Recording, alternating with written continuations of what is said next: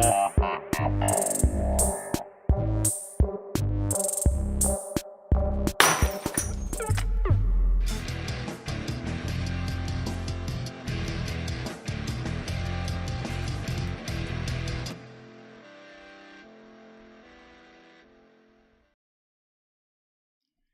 everyone, and welcome to Signals from the Frontline, your every Wednesday live broadcast brought to you here by Frontline Gaming.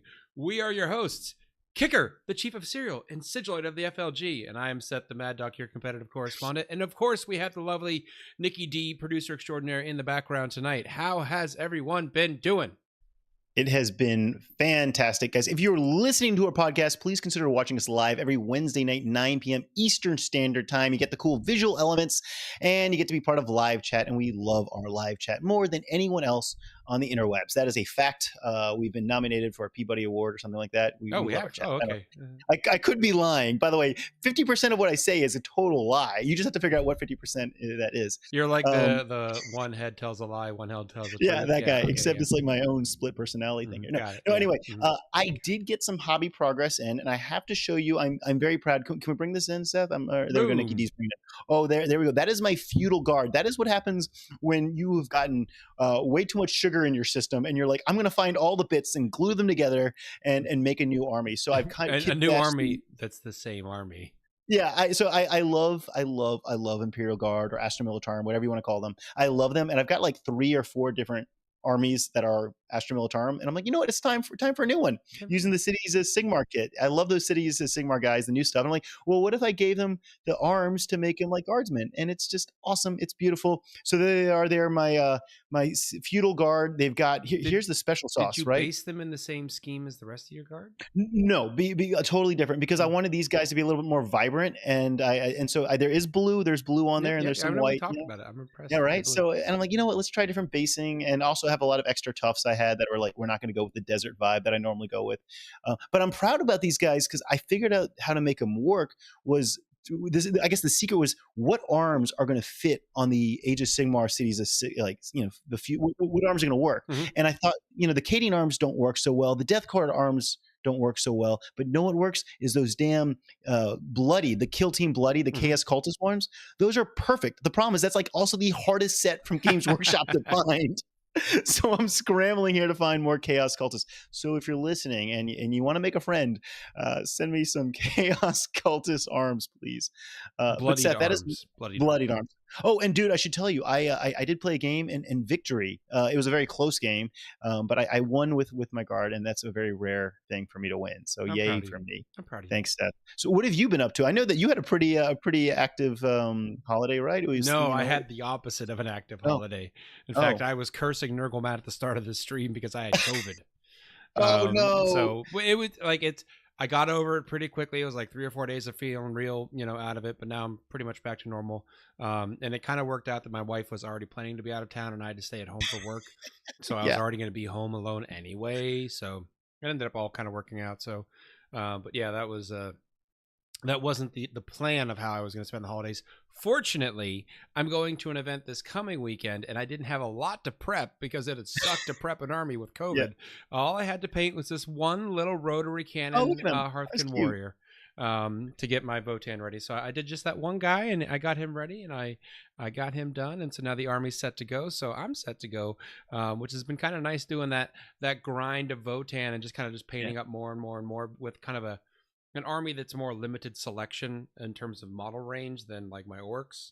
Because now I pretty much have I have 4 painted warrior squads and like 20 Hearthguard and a bunch of berserkers at different weapon loadouts. So I'm pretty flexible right now. If I wanted to change a list, I don't really have to paint much of anything, maybe 1 or 2 odds and ends, but otherwise, yeah. Seth, I see people asking, is that an actual, rotary cannon, high las? I don't know what the gun's called, but the mini gun, is that the actual kit from the very hard to find Kill Team upgrade? I did find a third-party source for some of these that work quite well. Those Kill Team sets have all these cool little bits, but they're kind of hard to find. It was odd because that particular bit made it into the index rules, but there's a guy with the jump pack, and that didn't make it into the rules. for the index. What about the guy with? I know there's a guy with like a big backpack and like all the gear on his back. Did he make it into the Not 40? really, yeah. So it was just like one or two like pieces from that set made it into the core rules for the index. So I kind of have to imagine down the line when they do a new warrior box or something that'll get slotted in there. So who knows? Yeah, sweet. Hey, do we want to bring in Nicky Dee at all? Does he have some hobby progress? Nicky Dee, what have you been up to, my friend? Yeah, so I did not include my hobby progress in with the slides to show off the visuals, but I have had hobby progress. Okay. I have been working on those things. I've been painting some Ophidian destroyers from the Necrons and some Hexmark destroyers. Seth, I know you're pretty familiar with Necrons. There is a specific keyword that both of those units have. Do you know what it is? Destroyer? It's Necron. Deep Strike. I was like, Strike. Yeah. So we'll talk about it later in the show, but the Hyper Crypt Legion detachment for the Necrons, I am very interested, and I am working on units that can get utilized for that, which might also be the reason why I ordered a monolith this week. So a lot of things are built around monolith on that one. I remember that. I mean, four of the stratagems are related to a monolith in some way, shape, or form. So I'm really excited for Necrons. We'll talk more about it later, but there's a lot of talk about some of the new codex being side grades a little bit for it, but I think it gives a lot of creativity to it. I'm personally excited for Necrons, and they've actively been on my hobby table the last week, along with Thanksgiving dinner, Thanksgiving leftovers, pie, and all of those things that come along with it. Did you have guests, Nicky Dee, for Thanksgiving? Did you have people coming and checking out your hobby stuff? Him and his wife. It was crazy. Okay. No, we had my in-laws, so four of us. So do they understand your hobby? Like, that's always weird when you have your family, your relatives, your aunts, your uncles come in and like, yeah, I paint these things, and they're like, what are those? Did you have that experience? My father-in-law has a 3D printer, and he keeps asking about like, hey, are there things that I could print for you that would be used? Because he's just a guy who wants to play with his toys too, which I love. Totally. He's the couple times where like I have played games on stream. I know he has watched, so he's very interested. Which to have a father-in-law that is interested in your own hobby is fantastic. Cool. 10 out of 10. Cool. But they came to us for Thanksgiving. I did spend some time in my college years as a trained chef. So I know how to make a good Thanksgiving dinner. Damn. So when we invite people over for Thanksgiving dinner, they don't think twice about coming over for it. So kicker, Seth, maybe next year, guys. You drive and I'll hop in the van and we'll do it. I'll pick you up on the way, man. I'll pick you up on the way. All right, we're going to your place, Nicky Dee. Sweet. Let's hop in some nerd news, culture, all the fun stuff we want to talk about. Yep. I guess we'll start off with Games Workshop news, though, because this is always the big one, right? Yep. We got the 40K Meta Watch. This is coming on the heels of the Champions, the World Champions event that they did. Yeah. So we had, I think it was 180 players. Correct me if I'm wrong, Seth, but it was 180 players playing from around the world. These are probably the best players in the world coming and rolling dice and battling it out to determine the winner. Seth, we don't need to go super deep into that event because a lot of people already covered it. But correct me if I'm wrong, but I believe Manny Chima took the title. Manny took the title. And John was number 2. John Lennon was number. John Lennon was the runner-up. Sweet. So anyway, we had this huge tournament, but we did get this fancy, nice little meta watch following the tournament from GW. Seth, why don't you give us the highlights? Yeah. So again, they broke down their army win rates with only 2 armies kind of being outside of they call it Goldilocks zone, but that's the ideal zone they have between 45 and 55% win rate, and that's Eldar and Drukhari. Eldar being a little too high, Drukhari being a little too low. So they talked through that. They made a point of kind of discussing that they didn't change Chaos Space Marines at all since the last Meta Watch. In the last Meta Watch, Chaos Space Marines was too high, and it has kind of gone down on its own. Take that with a grain of salt, though, because as we just saw, Manny took Chaos Space Marines and won the world's most first Warhammer championships from Games Workshop. So had to be pretty good. Had to be pretty good if Manny took it all the way. I think there's still a lot more to kind of unravel there. They did talk about that they are working on a balance update, and that will be coming in January. So kind of keep your eyes peeled to see if and when that gets released in January. Remember, Games Workshop has a habit of saying in this month, and then it's like the last day of that month. So you never know. You never know. You guys remember LVO is, I believe, in the 18th, 19th, that time frame, 20th. 18th, so 19th, and 20th. Well, no, it'd be 19th, 20th, and 21st would be when the actual champs is. Yeah, so just keep everything, keep those dates top of mind there. So Seth, let's just really fast. We have our friends over on Stat Check. We got Anthony, Jeremy, Nathan. Are they aligned with what GW's saying in terms of no? Seth is biting the lip, shaking his head. No. Okay, Seth. So they look at, so the difference being is Games Workshop looks at kind of all game data. And that can be you and me having a friendly practice game. That can be me going down to the local RTT. That could be me going to LVO. They look at all those games. All games, okay. Stat Check looks at a more limited set of games. They look at just GT size events. Okay, that's cool. And really? So it's a different pool of data. And they don't look at just win rate. They look at, is an army overrepresented in the population in terms of like, are more players playing that than normal? Are, based on the population of an army, are more of those armies making it into a kind of a 4-0 where they could win a tournament situation? So they look at, it's called army over rep. So they look to see like, are some of these armies becoming higher performance than they should based on just the number of percents? Because if, at the end of the day, if every army was 5% of the population, they should all have a 5% chance to make a top 4 if they were perfectly balanced. And they might go, oh, look, Eldar is 12% of top 4s. So even though Eldar should only be 5% in that example, there's more Eldar making a top 4, so they are stronger. So they look at a bunch of different data. So they still do have a few that are out of the Goldilocks zone for them. Eldar being one of them. Chaos Space Marines, Votann are all kind of up there. Orcs are up there. So they're definitely not quite in line, but Stat Check does a deeper dive, and it definitely is Games Workshop's meta watch. Although it is for the tournament scene, I think it's also more for the broad community, whereas Stat Check is really focused on tournament performance. And we should be clear, most players is the broad community. What do you say? Like that? Not exactly. There's only a small slice of us that are actually helps everyone. Like no one's going to complain that the game is more balanced. So it's good to have a wide view, but Stat Check is more focused on what is happening at a tournament level.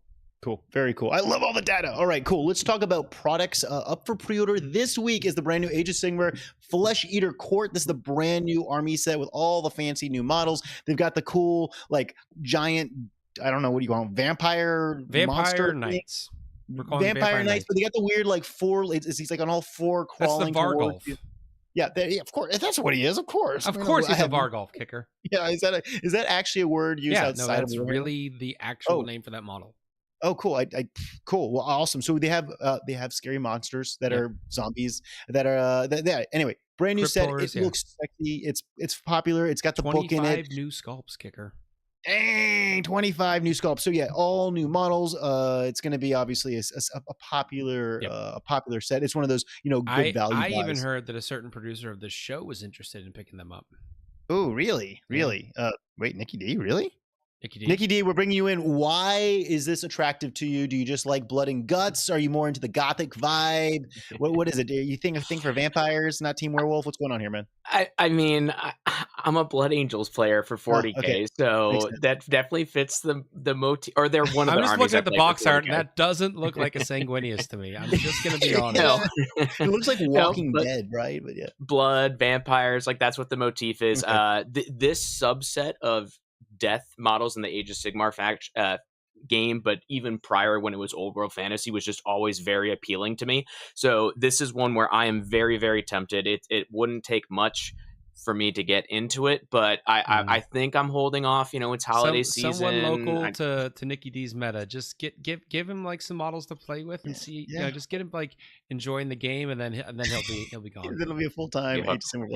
Well, guys, if you like this new army, you're interested, you can go check out the battle report on Warhammer Plus that was released, I believe, today. So you get kind of a taste of this brand new army.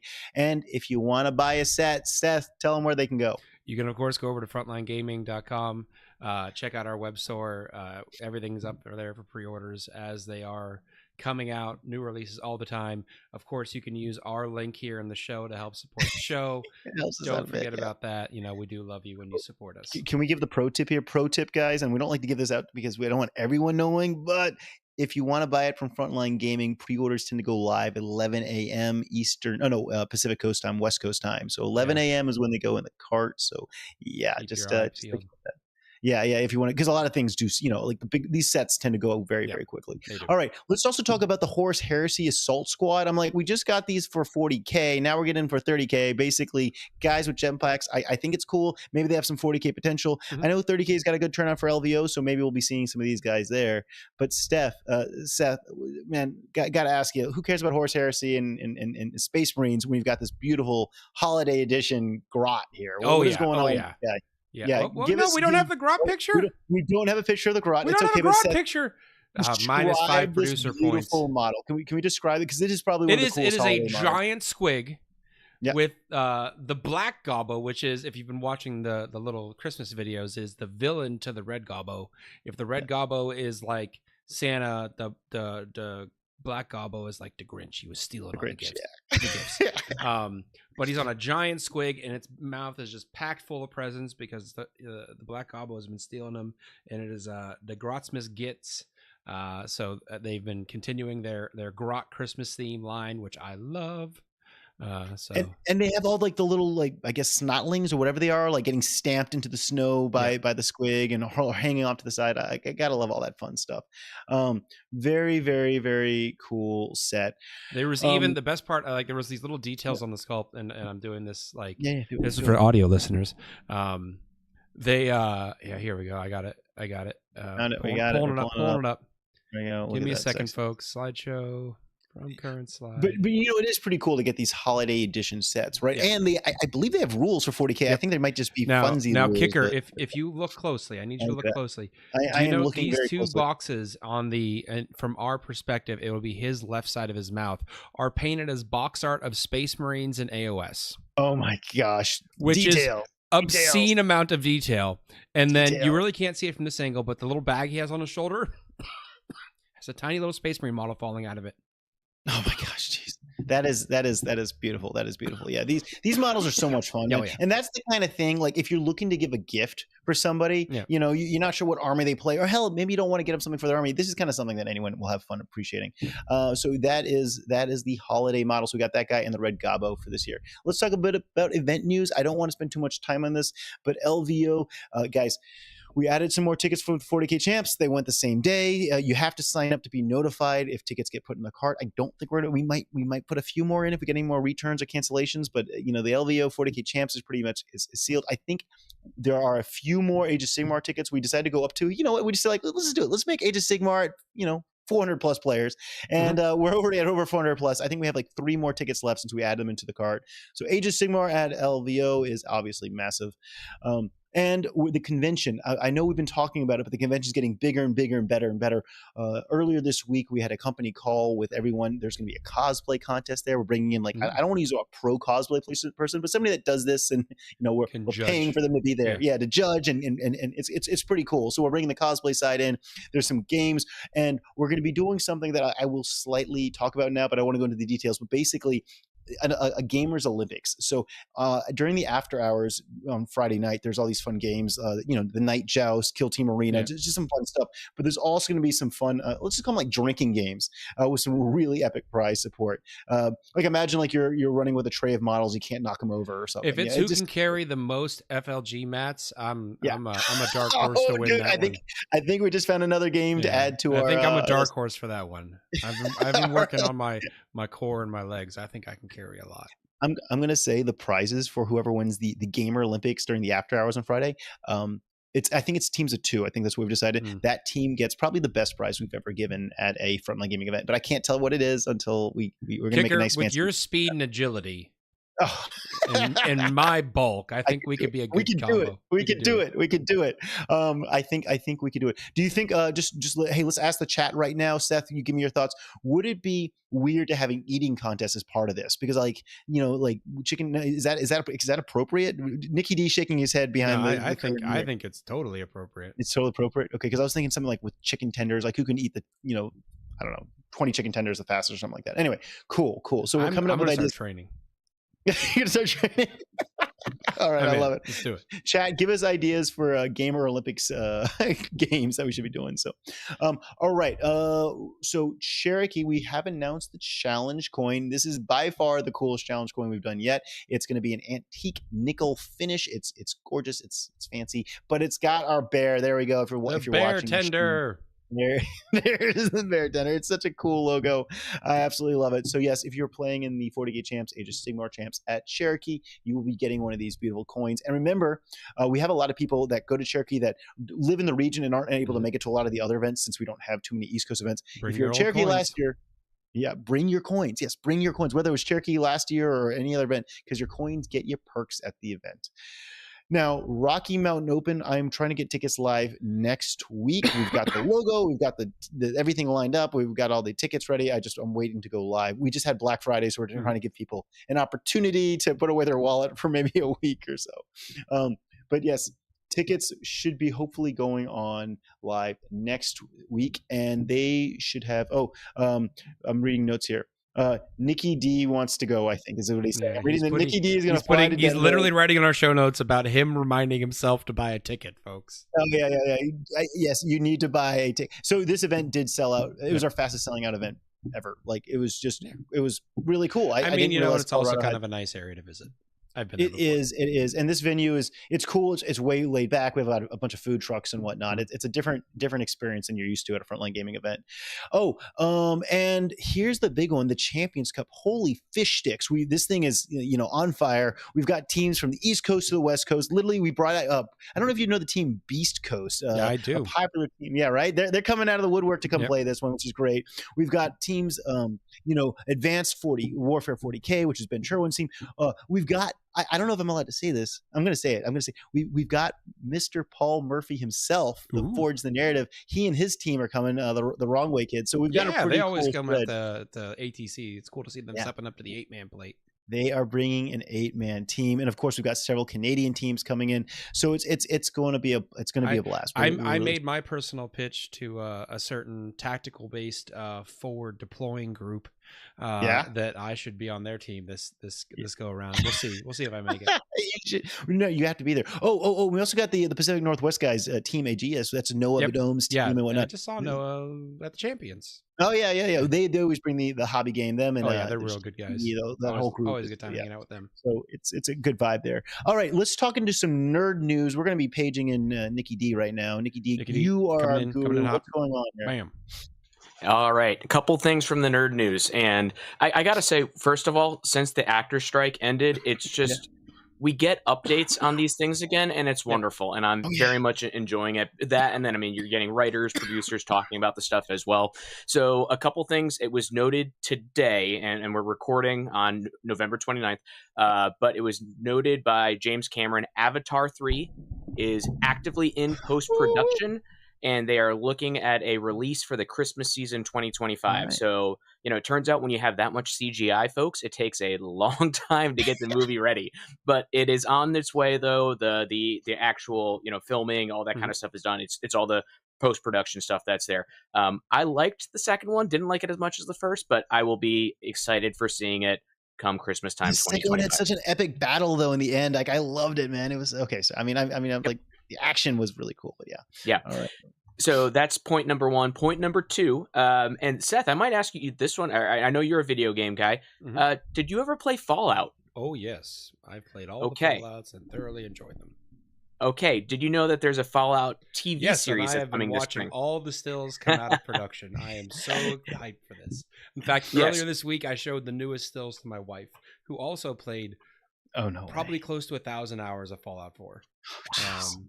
So I was so we're both super pumped. Okay, don't judge me. Is Fallout like a role-playing game, or is it like a shoot-'em-up Call of Duty game? What is Fallout? It started off as an RPG. It evolved into a shooter RPG. Yeah. All right. Cool.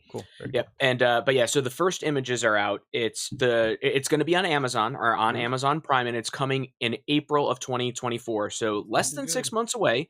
Yeah. The first images, and like Seth said, they are still images. We're waiting on the first full teaser or full trailer. Based on them releasing the still images, that should be coming relatively soon, based on how Amazon's typical time schedule goes for these sort of things. But I know that's a very popular game amongst many gamers, and kicker, we're a community of gamers, so there's going to be folks. If you haven't seen it yet, go check it out. Game. I've never really. Oh no way! Really? I haven't gotten into it because I just like. I know me and I know Fallout, and I would buy everything, and then I would never play it, and it would be sad. Controllers. But kicker, I'll give you like the 1 minute hot take on what's the lore of the Fallout universe. Imagine if the Cold War ended with everyone nuking everyone. Oh, I hate when that happens. Okay, cool. So we got a bunch of but there were a bunch of companies, and the main one called Vault Tech, that built underground vaults for people to hide in. Okay. And you could live there for like hundreds of years until all the radiation dissipated. And so there's these vault dwellers, and then over time, as the vaults open up and release their population, they discover, turns out the entire world wasn't killed, and now it's kind of like nuclear wasteland with mutants and people scrapping to survive, and then everyone's, trying to get all the technology from the vault dwellers who have basically kind of lived a sheltered, isolated existence. It's it's post-apocalyptic. It's cool. It's fun, and it's dark. It's almost up there as dark as 40K, because turns out the company that made all the vaults basically turned every vault into an experiment on people for like psychology purposes. So like one vault was full of drug addicts, and for 5 years there were no drugs in the vault, and then 5 years into their isolation they opened a panel and dropped a bunch of drugs in there to see what happened. Wow. Turns out bad things. Yeah, I believe that would happen. Yeah. Wow. Well, I have something that's not in our show notes that I saved here. It's on a post-it note. It's super official, but yes, I thought this was interesting because I know we always talk about the summer blockbusters, right? We're talking about movies here. Summer blockbuster, well, not Fallout, that's a TV series, but summer blockbusters get a lot of the spotlight. But actually, the Thanksgiving weekend is another big weekend for movies, right? It's always like one of the big weekends for movies. This year, Napoleon took number 1, which I'm stoked. I want to go see it. So yeah, I got a thumbs down from Seth. I want to see it. I'm interested. I don't care if it's historically accurate. It just looks like an entertaining movie. Number 2, though, came like I was not expecting this. It's that new Hunger Games prequel. It just did very, very, very, very good. I don't know. I mean, my wife, we're gonna go check that out. And then number 3 was a Disney movie. Anyway, so just wanted to share that with you because this is one of those big competitive weekends in the film industry. All right, guys. Are we doing a signal short today? Is that happening? Where are we at with that, guys? I think we've got Nicky Dee here, and Nicky Dee wants to talk about Necron, so we just should do jump it into that main segment. So Seth, why don't you announce this main segment? What is our focus? And remind people where else they can find the TLDR if they don't know. So tonight we're digging into the Necron and the Admech codexes. Those are now up for pre-order. All of the preview content for all of the content creators went live on Saturday. And of course, Nicky Dee and myself were there first thing on Saturday morning up in YouTube lands with our Codex Cliff Notes, which for everyone who hasn't watched those yet, that's like a 15-20 minute us trying to hit the high points of the codexes. Something a little different than the deep dives you see from a lot of other channels where they go for an hour or 2 hours. So if you just kind of want the Cliff Notes, if you will, come check us out. So we did one for both Admech and Necrons. But Nicky Dee, I'm gonna let you take Necrons because I've actually played against new Admech. Ooh, okay, and I'm interested with that. So I'll give kind of the short version here, Seth, of what are the new things to know, what to look out for. So 5 detachments in Codex Necrons. One of them is the Awakened Dynasty, which is a rollover from the Index, albeit with some slight changes. You have Annihilation Legion, which is Destroyer themed. Probably the weakest of the group that's there, but that's okay. We have the OBS Phalanx. I think Seth and I still don't know how to pronounce that word. But that one sounds great. That sounds perfect. Let's go with that one. That one's really going to be OBS focused. is this software I'm using currently. The software that we're using right now. I think it's different. Yeah, but that not really obey the OBS Phalanx. The OBS. That one's really going to be based around like the Overlords, the Lich Guard, the Triarch units, and they get a neat bonus, some really neat stratagems as well. But the two detachments folks have been really focusing on for Necrons have been the Canoptek Court and the Hypercrypt Legion. Hypercrypt Legion I mentioned earlier in the show. And basically what that allows you to do is at the end of the opponent's turn, at the end of the opponent's fight phase, you get to take 3 of your units in a 2,000-point game, and you get to put them into strategic reserves. So if you're familiar with other armies in the game that are currently out now, that sounds a lot like Grey Knights because it is a lot like Grey Knights. Yeah. The one downside, I think, might be, and I mentioned this earlier, but that detachment has 4 stratagems that you need to have a monolith with in your list to be able to interact with them. So suddenly I understand why someone bought a monolith. Yeah, yes. Right. So 4 out of the 6 detachment stratagems are monolith based. Mm-hmm. Yes, for the Hypercrypt Legion. Yep. Wow. So obviously it wants you to lean into that. One thing I know that some people have been playing around with some list ideas for that detachment is kicker. What if you have some of the Satan that can now teleport around the board? Ouch. For good and angles, right? Yeah. So that's an idea. I kind of want to test that myself as well, but we'll see. But the detachment that folks really have been gravitating towards, though, is probably the Canoptek Court. The way that this one works, it's very similar to the Demons rule, where your own detachment, or sorry, your own deployment zone is considered your power matrix, and then the no man's land and your opponent's deployment zone are considered your power matrix if you control half or more of the objectives at the start of the phase. And what it does is, if you're in that power matrix, your Canoptek units, they're going to get to reroll once to hit. But if you control that power matrix, they're rerolling all hit rolls. That's a really strong bonus. There's a great suite of stratagems for that detachment as well. You do have a devastating wound stratagem that could be included in there. So that detachment seems to have a lot of power, and that's the one that people seem to be prepping for the most. But Seth, you want to kind of run us through Admech a little bit and just kind of some of the highlights that what you've seen or what you've experienced there? Yeah, well, I want to focus in a little bit on Admech. There's, again, they also, like Necron's, got 5 detachments. The one that seems to be getting the most before you go into it, Seth, let's remember the lens. Necrons are doing relatively good right now in the meta. I mean, they're doing decent. Admech have been kind of towards the bottom, right? They've been kind of, so they need some assistance. They need some help. So yeah. The one that's getting the most focus on, and the one that I've had a chance to play against, is the Skitarii Hunter Cadre, which basically gives all the Skitarii models and the Iron Strider models in the army the stealth ability, which is -1 to be hit when you're targeting them from more than 12 inches away. And then Sicarans, which are like the ninja infiltrator, the ninja looking, the 40 mil base infantry, they get the benefit of cover while someone's targeting them from more than 12 inches away. So it's an army that wants to be 12 inches away from you until it doesn't want to be 12 inches away from you. And they had some really powerful combos, because generally speaking, the army isn't super strong in that it's mostly a ballistic skill, weapon skill for army, but they're not particularly tough with 4-up armors. But they have some ways to get around some of these downsides. The first is they have an enhancement that basically lets them redeploy 3 units. But this is the first redeploy that we have really seen in 10th edition that occurs after you know who's going first. So if you know you're going first, you can redeploy 3 units to a more aggressive position. Or if you know you're going second, you can take units that were in an exposed position and hide them. So that's a really strong ability, and really gives them a lot more tactical flexibility than most other armies that have a redeploy mechanic, which occurs before you know who's going first. So keep that in mind when you're playing against them. They have some really good stratagems as well. They have access to Feel No Pain on one of their units, so if they do throw one of those units out there early, it can be a more durable thing because they can still be -1 to hit. And if it's one of those Sicaran units, it can be getting the benefit of light cover.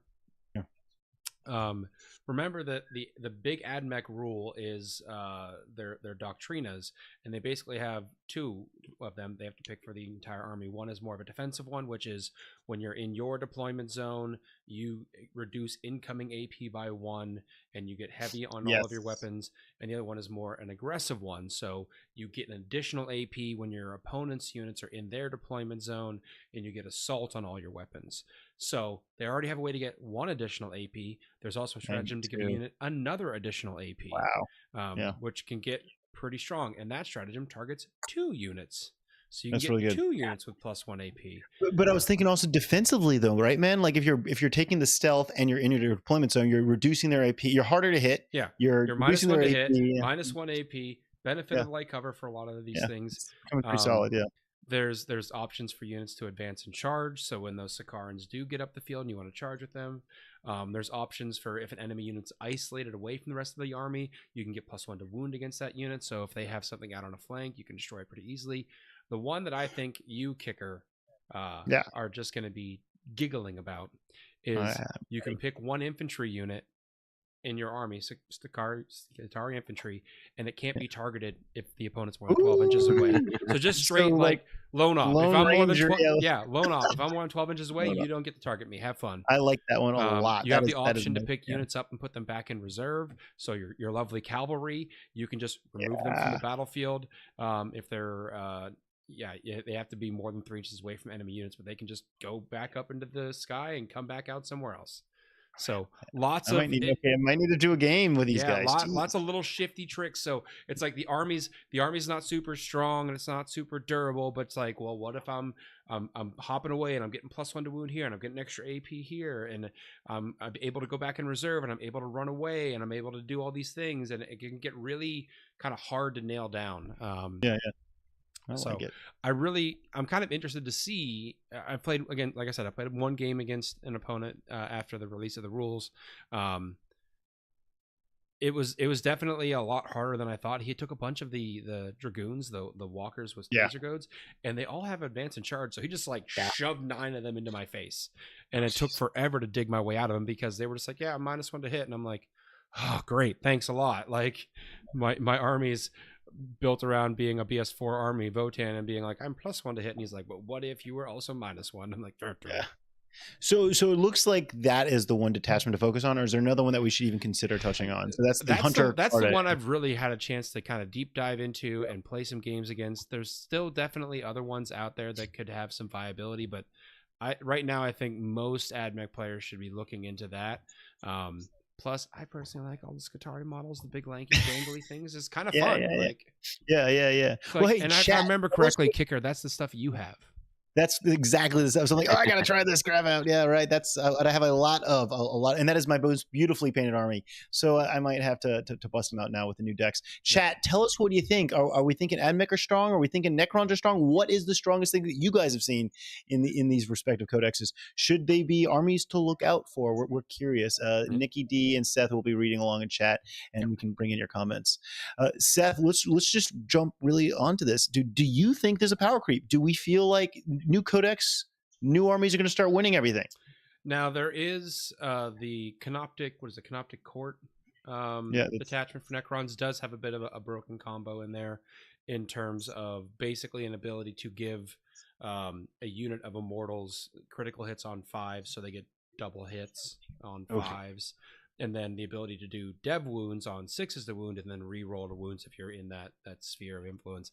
That is probably a combo that won't last. I think that's probably one that's going to get balanced out. So if I took that one out of my mind, I say all that to say, if that wasn't in the pile of things that I know with Necrons, I don't think Necrons got a significant bump up in power, but they certainly got more variety in army build.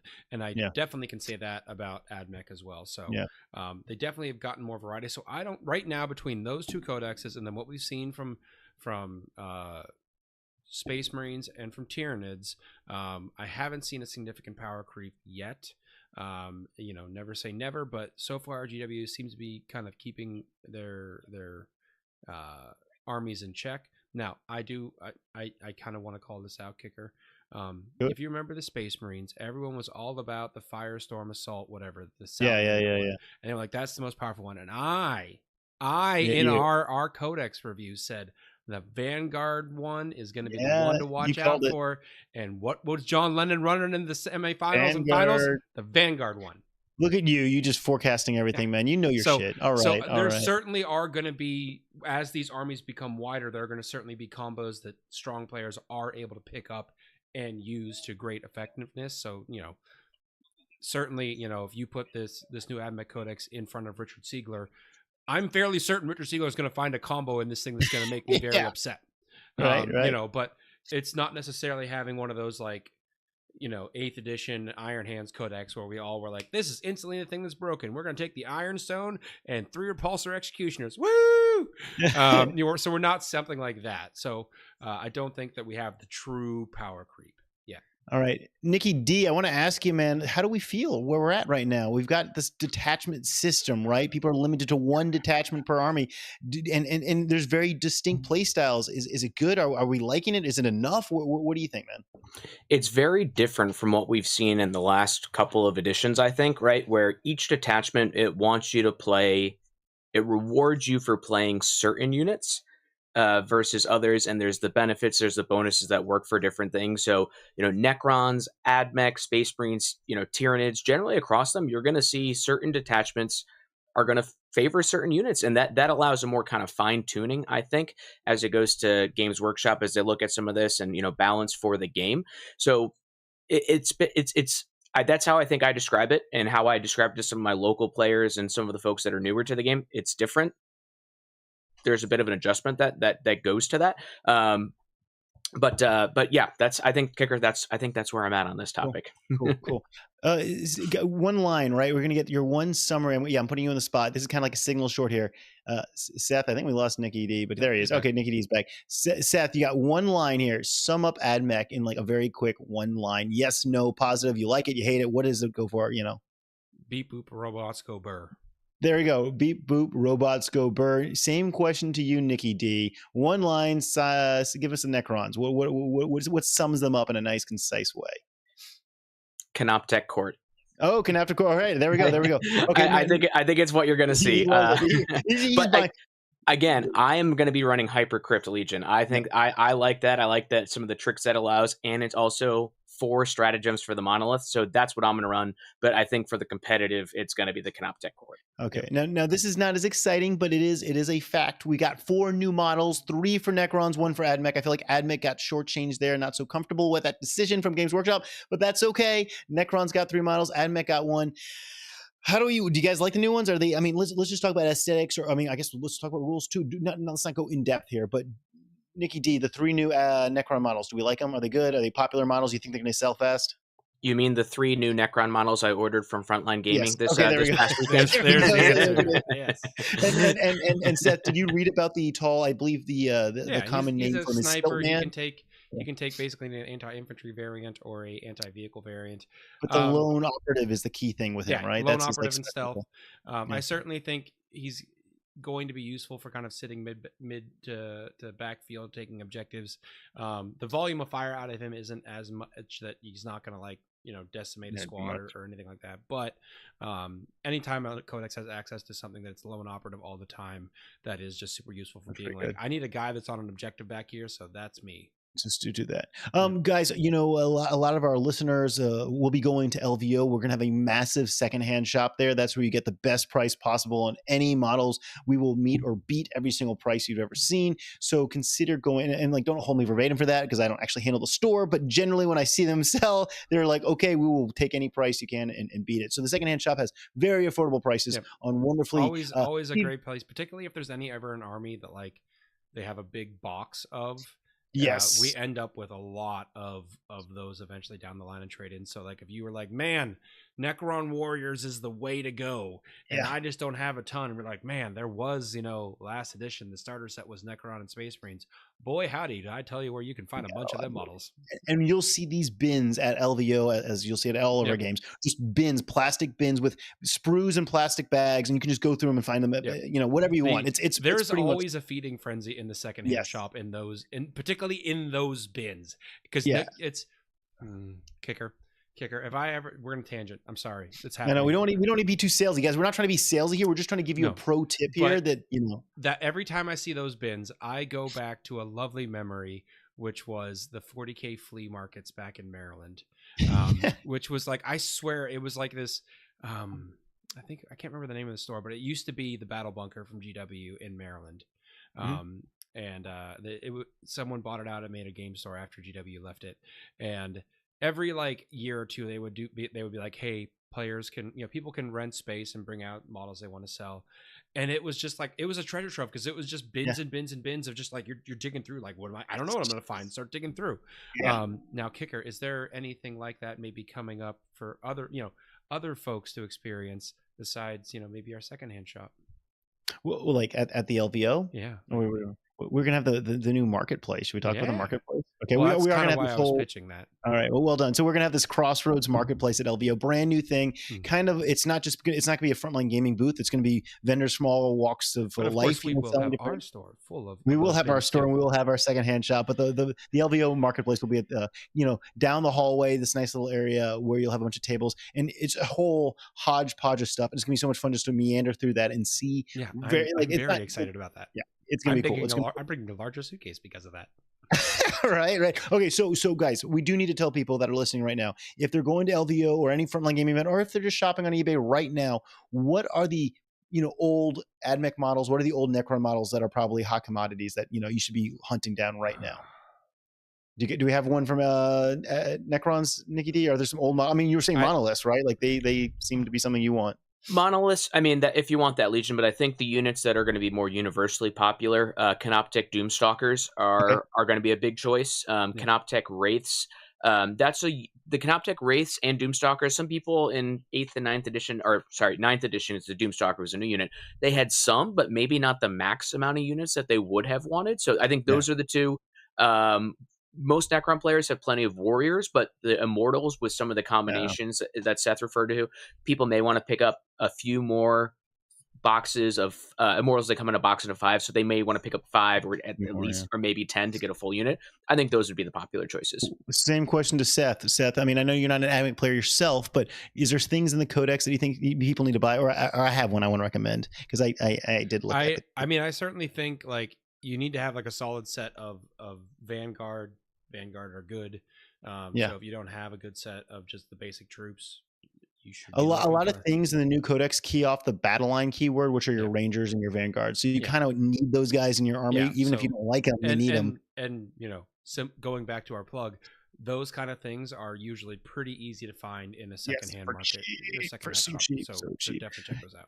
Yeah. The other one that I'm going to just say straight up is the transport, because the transport, it's kind of nice. Yeah, the Dune Rider, something like that. Strider.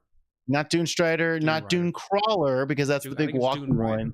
Dune Rider. Well, anyway, it's the transport looks like a Higgins boat from World War II. Pretty cool model, but also it has twin linked on the gun, which is twin linked. It really has a lot of bullets. It's like 9 shots and then rapid fire 9 when it gets in half range, and it's all twin linked, so it's like 18 bullets. Blah. And remember, you can be like, hey, I have extra AP. Correct me if I'm wrong, but I believe the rule is when you get out of that vehicle, you can get rerolls to wound or rerolls to hit for the model. It's one of those rules. Which is really, really spicy. So anyway, those transports look like they'd be fun because obviously they tie in well with the battle line units. But okay, guys, cool stuff there. Let's jump into some community highlight. Oh no, Frontline Gaming Network news first. Let's just touch base there. All right. What's going on in the network, guys? So Kicker, I'm excited to announce that we brought another member onto our network. Yay. And it is a member that is going to be focusing on a game system that we don't actually cover as much as I think we should. The YouTube channel, check them out, Sunday Slaughter. And they focus solely on A Song of Fire and Ice. Okay, they are all about Song. In fact, they were our live streamers for Song at LVO 2022, 2023, and they'll be here for 2024. I had a chance to meet them at ACO 2023. They were streaming there. They've also worked with CMON, the company that makes A Song of Fire and Ice, to stream their nationals. And if you're not in, if you're a little bit more laid back and you're not necessarily going to the tournaments for A Song of Fire and Ice, they also do a weekly live battle report. Cool. So really excited to have those guys come on board and give that game some love, because there is a pretty dedicated fan base to that game. The Song event at LVO did sell out. We added tickets in this week just to accommodate a few more players because there's such high demand. But Song is a popular game, at least at LVO. Yeah. So, and I believe there's a certain Paint personality that really likes the system. Yeah, Duncan Rhodes last year played in that. Yeah, I am not allowed to say what tournament he's playing in this year because we're trying to keep him private. But Duncan is coming to LVO. He is he's our celebrity paint judge for 40K Age of Sigmar, and I think I want to say one of the narratives. I can't remember which one, but anyway, he will be playing. But surprise, if you're playing alongside Duncan Rhodes, that'll be nice. Pretty cool. Just to look over and be like, hey, wait a minute. I actually had that Kicker. I did have that moment. We haven't done the show since I was at the Champs narrative. Do you ever watch one of the OGs of content creation for 40K, Mini Wargaming? I mean, I am very familiar with it. I don't watch Matt for Mini Wargaming. Yeah, Do you know who was in the Resistance with me? And I just looked over and I was like, "Oh, that's Matt." And then we started talking. So yeah. Aw. That was kind of cool. Very cool. All right. Very cool. Well, let's get into our community highlight, our community spotlight segment. For those of you listening, this is a great chance to go over and join the Frontline Gaming community page on Facebook. Every week we're up there posting everyone's content of what they've been working on, showing off their cool models, showing off their hobby chops. And we over here at Signals like to take a few of those and highlight them here on the show. This week, Kicker, we have got some doozies. First up is our friends over at Fighting Dice have been working on this Norn assimilator. Oh, look at that look teal at, color. Man. Well, I mean, it's a muted teal. It's really subtle, and I would say earth tony. Maybe I love it. Kicker, I love it. Kicker could paint something like that. I'm like, I could do that. That is acceptable by my but like you don't usually think of teal as an earth tone, but he painted it just so perfectly. He painted it very, very kind of subdued. So I love that. Yeah, it's a great job over there. Our friend Padraig, he labeled this unit Abaddon the Obligative Wounds, which for those of you listening, these are the Chaos Terminators, and they look really good for Ablative Wounds. I'm just gonna say they look their bases really make them pop with that red armor.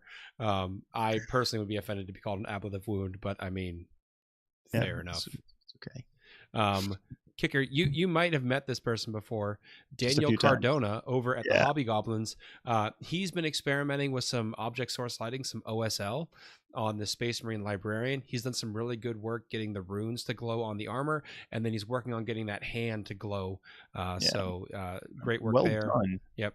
Yeah, it's so cool. That's it's an effect I do with a dry brush, right? Yeah. But it's always so intimidating because you're painting over stuff you've already spent so much time painting. But and he did it with the airbrush, which is also like you could really. I always get nervous when I do an airbrush because I'm like, man, if I misfire, I could just screw a model up pretty bad. So good work, Daniel. And then last but not least, a model that I'm actually probably going to see in person this weekend. Real fast. We got to talk about the Hobby Goblins. I believe Daniel's part of that stream they're doing that's gotten very popular too. Yep. So if you like the paint job, you might get to see more of that on the Hobby Goblins. They're stream Monday nights. You can check those guys out. They are streaming battle boards Monday nights now. So, all right, sorry to interrupt, Patrick. Patrick Martin here has been working on a Death Leaper. It's one of the last models he needs to finish painting up for Warzone Atlantis, so I'll actually be able to see these models in person. But again, it's got that blue and orange, but it's kind of muted blue and orange, so I like it. Yeah. So nice. Good work, man. Dude. I'll see you this weekend. All right. Final thoughts for the night. We're going to bring Nicky Dee back in. Final thoughts for the night, everyone. I mean, guys, first of all, I want to thank you for doing such a good summary on these new codexes. You got me invigorated, excited to try Admech out. I mean, because of my position, I'd seen most of the Admech stuff, and I was like, oh, okay, cool. But now hearing your comments, Seth, I'm like, oh, man, I got to go try and run that detachment and see how it goes. I will not be running it this week, though. I've got a game lined up, and I'm really enjoying my tanks. I'm running a very tank-heavy guard list right now, and so I want to try and see if I can win another game with my tanks on Friday, but possibly next week I'll bust out my Admech and try it's the Skitarii Hunter Cadre, right? Or Hunter whatever. Cadre, yeah, Cadre. Cool. Which Cadre is a term the Tau use a lot. I'm very suspicious all of a sudden. Yeah, right. Wait a minute. It's Hunter Cohort. Sorry. Oh, there we go. Cohort. Okay, I'm sorry for the accusation. There we go. Players. Thank you. Yeah. No, I do want to try that particular detachment. That sounds like a lot of fun. Seth, do you have any words of wisdom or any final thoughts from Nicky Dee? Oh, I was going to go to Nicky Dee and then okay. We'll do Nicky Dee. Nicky Dee. Yeah, I am busy. I'm going to be busy continuing to paint Necrons. I've got an RTT, not this weekend, but the following, because of when the Codex comes out, I'm going to be playing Blood Angels just because it doesn't meet the rules cutoff. So I don't want to play old Codex Necrons. So in a couple weeks when I talk about playing Blood Angels, it's not because I'm avoiding the new Codex Necrons. I can't wait to use it. And I got Necrons and Blood Angels are bros. All right. They beat the Tyranids together. And part of the reason, Kicker, as it goes to that monolith, I've got roughly roughly 3 months to get that monolith built and ready to play it at Cherokee.